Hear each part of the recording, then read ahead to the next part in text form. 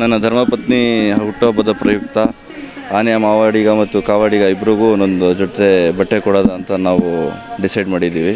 ಅದಕ್ಕೋಸ್ಕರ ನಾವು ಮೆಜರ್ಮೆಂಟ್ ತೊಗೊಳ್ಳೋದಂತ ಇವತ್ತು ಬಂದು DCF ಸಾಹೇಬ್ರ ಹತ್ರ ಮಾತಾಡ್ಕೊಂಡು ಅವ್ರ ಹತ್ರ ಪರ್ಮಿಷನ್ ತೊಗೊಂಡು ಮೂರ್ತಿ ಸಾವಿರ ಹತ್ರ ಹೋಗ್ಬಿಟ್ಟು ಪರ್ಮಿಷನ್ ತೊಗೊಂಡು ಬಂದು ಇವಾಗ ಅಳತೆ ತೊಗೋತಾ ಇದ್ದೀವಿ. ಮೇ ಬಿ ಶುಕ್ರವಾರ ಕೊಡೋ ಚಾನ್ಸಸ್ ಶುಕ್ರವಾರ ನಾವು ಕೊಡ್ತೀವಿ ಬಟ್ಟೆನ.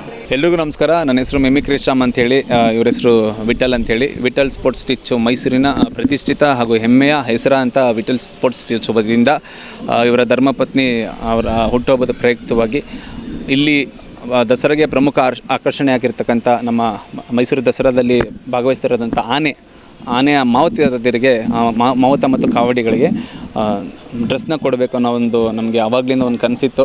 ಯಾಕೆಂತ ಹೇಳಿದರೆ ಸರ್, ನಾವು ಹುಟ್ಟುಹಬ್ಬವನ್ನು ನಾನಾ ರೀತಿ ಆಚರಣೆ ಮಾಡ್ತೀವಿ. ಒಂದು ಅರ್ಥಪೂರ್ಣವಾಗಿ ಅರ್ಥಗರ್ಭಿತವಾದಂಥ ಒಂದು ಹುಟ್ಟುಹಬ್ಬವನ್ನು ಆಚರಣೆ ಮಾಡಿರಬೇಕಂತಕ್ಕಂಥದ್ದು ನಮ್ಮ ಒಂದು ಮನೋಭಾವ.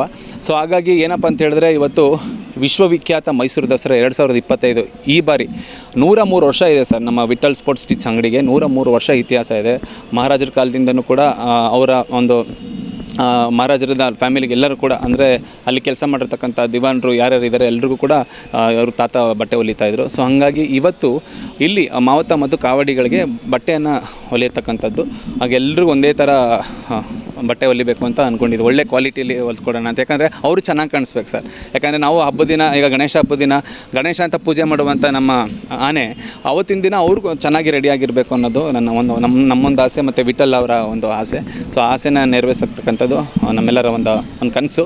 ಸೊ ಹಾಗಾಗಿ ನಮ್ಮ DCF ಸಾಹೇಬರಾಗಿರುವಂಥ ನಮ್ಮ ಪ್ರಭು ಸರ್ ಅವರ ಒಂದು ಪರ್ಮಿಷನ್ ಜೊತೆಗೆ ಇದನ್ನು ಮಾಡ್ತಾಯಿದ್ದೀವಿ. ಸೊ ಇದನ್ನು ಮಾಡೋ ಒಂದು ಉದ್ದೇಶ ಯಾವುದೇ ರೀತಿ ಪ್ರಚಾರ ಅಲ್ಲ ಸರ್, ಪ್ರೇರಣೆಗೋಸ್ಕರ.